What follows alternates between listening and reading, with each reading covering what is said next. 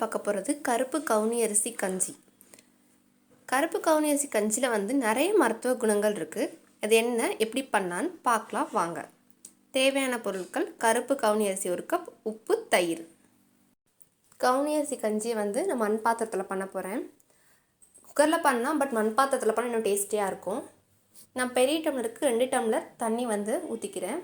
Next வந்து 1 table spoon salt add பண்ணுறேன்.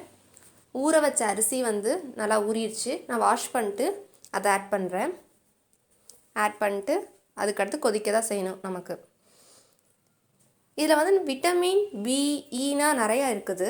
அது மட்டும் இல்லாமல் வெயிட் லாஸ் பண்ணணும்னு நினைக்கிறவங்க இதை நல்லா குடிக்கலாம்.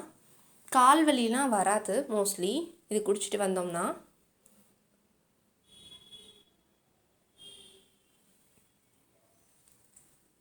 இப்போ நல்லா கொதிச்சிருக்கு, கொஞ்சம் வெந்திருக்கு, இன்னும் வேகணும். நான் கிரைண்ட் பண்ணி போட சொன்னதுக்கு ரீசன் இது தான்.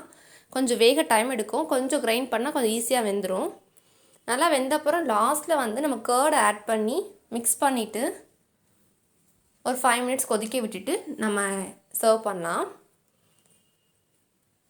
நம்ம பாடியில் இருக்க தேவையில்லாத கிருமியை ஃபுல்லாக நீக்கிறதுக்கு ரொம்ப ஹெல்ப்ஃபுல்லாக இருக்குது. ஸோ எல்லோரும் இதை குடிங்க. இது சூடான சுவையான கவுனி அரிசி கஞ்சி தயார்.